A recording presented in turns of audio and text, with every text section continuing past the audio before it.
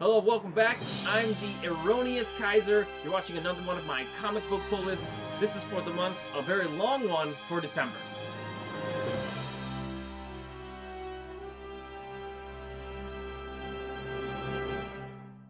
I get these comics from Discount Comic Book Service or DCBS, and I guess they switched locations again. And the reason why my shipments were so late and so mixed up was because of that. So I think we're going to be back on track now. Just yesterday, 2 boxes came with my package from November and the one for December. So there are going to be 60 comics in this package. So it's a long one. This is Cursed Comics Cavalcade #1. It's an 80-page comic book, a little higher price. I think it's like $5, almost that. Alright, it looks like we're going to get some Wayne Zombies, little Swamp Thing stories, Zatanna. I don't know how scary a Guy Gardner story can be, but alright, we'll give it a shot. Alright, next time we got a new series. This is Justice League Odyssey. This is #1. So I got the first 2 issues of this, but like there were so many delays, and there was a cancellation, and I was like, yeah, I'm not going to deal with it. So I only got 2. Here is the second one. Terry and Rachel Dodson doing that. The Jessica Cruz cover. That's pretty cool. Cyborg, Starfire, Azrael, and Jessica Cruz Green Lantern go into space, and they have to join up with Darkseid somehow to defeat probably Brainiac, something like that. I mean, it's a mishmash of, you know, B and C grade heroes, but I mean, so they could do a lot of cool stuff with it, I guess. We got another new one. This is Marvel Knights 20th. I guess like 20th anniversary of them making Marvel Knights. This is the first part of the Kare Andrews connecting variant. I think there'll probably also be, I think maybe Blade, Elektra, maybe Blade? I don't know. Written by Donny Cates. Should be pretty cool stuff. Right here I have Green Lantern #1. But there's nothing on there. Okay, so as you can see, so this is just the cover to protect.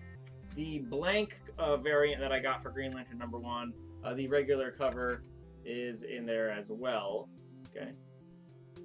Grant Morrison is writing this, and I am super pumped about that.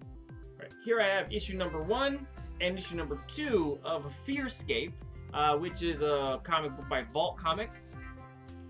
What it is, one realm of, like, you know, dreams and nightmares has to recruit the greatest storyteller, and they accidentally recruit this plagiarist who is like totally full of himself, and he's supposed to, you know, save all of reality with the stories, but he's a faker. So I think it's pretty cool, pretty fantastical, I guess. Here I have not X-Men. Here is Hex Wives #1. This is a variant cover by Jenny Frison. I mean, it's not my favorite piece by her, but it's still pretty cool. This series is about, imagine like kind of Stepford Wives, except all of the women are witches, and they've been tricked into forgetting that. And so this is about there's these suburban housewives that are held under mind control, kind of coming out of that and realizing the true power that they hold. Okay, these are all DCB covers. Oh, except for there's one Aquaman that's not in there. So it's time for Killer Bees. They're back. Get out of here. I don't know why I keep doing this segment. All right. Here we have Justice League. This is #3. And this is a pretty cool cover. This is the Greg Capullo cover. We see this part of the story is crossing over into 2 one-shots in Justice League Dark and the Wonder Woman. There's some dark magical powers things going on, so these guys teaming up through all of that. I think it's like maybe a 6 or 7 issue arc, something like that. Another Capullo B variant. This is Justice League Dark #4. Okay, we got Jenny Frison Killer Bee cover. This is Wonder Woman #55. This is like wrapping up some story perhaps before we get into the crossover Witching Hour storyline. This is an awesome cover by Jenny Frison. I totally love it. This is the next part in Wonder Woman 56. Same creepiness on display here on #57 of Wonder Woman, again by Jenny Frison. I just love her covers. One more, Jenny Frison 58. It looks like Wonder Woman's all better there, so this is probably the wrap-up or beginning of a new arc. I'm not totally sure. This is Justice League Dark and Wonder Woman The Witching Hour #1, but it's a one-shot. The artist on the cover here is Riccardo Federici, and he is definitely a guy I'm going to be paying attention to. I really like this art right here. Right, and the same dude on the cover here, still looking totally awesome. And this is Wonder Woman and Justice League Dark Witching Hour #1. Okay, so you see how they switched the names up there? All right, so one of them is the beginning, one of them is the end of the arc, I guess. Here we got a bunch of Aquaman. This is #40. Joshua Middleton on the art on the cover here. Okay. And here we have another kind of a few different series, a sprawling storyline. This is Drowned Earth, right after Sink Atlantis. Sink Atlantis is either wrapping up or Drowned Earth is just starting here. All right, not a B cover, but it's still a killer cover. Again, Riccardo Federici on Aquaman #41. As you can see, it's the Drowned Earth tie-in there.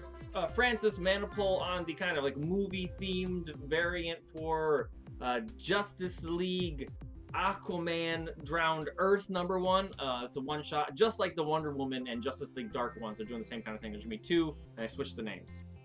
Here we have a Jim Lee B variant for Justice League #8, which I think is amazing. There's also a black and white one of this, which is worth a lot more. But I think this is amazing and could be someday considered a classic cover. I don't know. That looks pretty great. We got Justice League #9, again with Jim Lee with a Flash on there. That's pretty good. And Jim Lee with an Aquaman for Justice League #10. I took it out of the bag so you can see it a little better. We have a Mattina cover here for Justice League #11 with the Aquaman movie themed appearance for Aquaman on the cover there. We got a bunch of Batman Killer Bee covers, all done by Mattina. Here we have Batman #55, #56. He's gonna get into a brawl with Nightwing before Nightwing gets shot in the head. All right, 57, so sweet. And I don't know how many good like Penguin covers there are, but this could be up there. This is 58. Red Hood Outlaw #27 with a awesome cover by Yasmin Putri. And I'll say the same thing about 28. And here we are back to our returning favorites. House of Waxwork #2. I go on SoundCloud and listen to the music that's supposed to accompany this. It is pretty cool. I do like it very much. I wish this series came out more often, but I guess it's like, I don't know, every 2 months or something. This is #7 of 12 for Doomsday Clock. And I think it's pretty awesome. We got Rorschach beating the crap out of Joker on the cover. 2 issues of X-O Manowar. This is 19. Oh, look, it's technically the 75th issue.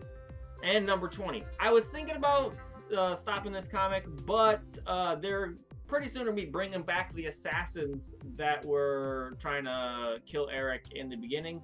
I kind of like dipped off in interest when it was just telling so much about his backstory. And now I know those assassins are coming back, and I like them. I thought they were pretty cool, so I'll still keep up with X-O Manowar. No new issues of Saga. This is the second best thing. We've got Paper Girls by Brian K. Vaughan. This series right here, issue #2, just like the House of Waxwork, there is a vinyl that they make to go along with the comic. I could find the music on SoundCloud while I was reading the comic. This series is about the punk scene, and there's one kid who was made fun of in the 80s for being a poser, and then he started killing punks.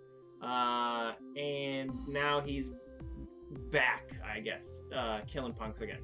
Imagine like Scream in the punk scene. Garth Ennis doing a walkthrough hell for Aftershock Comics. This is #5. 3 issues of the, pretty good horror comic Immortal Hulk, all with beautiful Alex Ross covers. We got 6, 7. I like that She-Hulk a lot. And 8. This is probably my favorite thing coming out of Marvel right now. He-Man versus the Injustice universe in Injustice versus Masters of the Universe. This is #3. And #4. Alright, and this is cool because we have Darkseid and Skeletor. Both are in on this too. I think those are 2 villains that I really, really like a lot. And I'm interested to see how they react to each other. Okay, let me be second or third favorite series coming out of Image. This is 7 to Eternity. This is number 11 and number 12. Got 86, Teenage Mutant Ninja Turtles, followed by 87. Man, this is one of the best Turtles stories I've ever read or watched, even. This is Thor number 9 with a cover by Esad Ribic, which I think is amazing. I love the Doctor Doom and the monsters in the back. I think I'm with Jason Aaron. I'm hot and cold on him sometimes. You know, like sometimes I really like it, sometimes I just don't. Like I really like God of Thunder, but I really think he's also doing Avengers right now, and I think that's disgusting. Like, it's horrible. We got Jughead the Hunger number 9. Out of Archie Madhouse Comics. Got Gideon Falls, this is number 7, and number 8.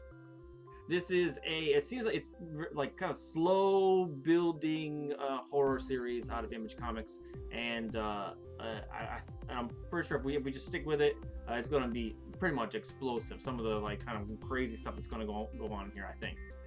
I definitely like Jeff Lemire a lot. He's writing that. Andrea Sorrentino is not my favorite artist, but I can deal with it because I really think good things are going to come out here. Okay, this one from wait, this is weird. Why does it say Archie Horror and then like Jughead the Hunger is like Archie Madhouse? Are they like different branches? I don't get it. But here is Vampironica number 4. And that is it. So yeah, that's a big stack of comics that I'm gonna have for winter break, which is actually that's pretty good timing too. My girlfriend Shoko puts a lot of work into doing the subtitles. I tried doing them myself, but then I just screwed everything up. So she's like, no, just leave it. I'll do it. So thanks a lot to her. If you like it or you appreciate her hard work, make sure you give it a thumbs up and also subscribe if you haven't. If you don't feel like doing any of that, I do hope at least you had a good time. All right. I hope you have a Merry Christmas, Happy New Year, any other holidays.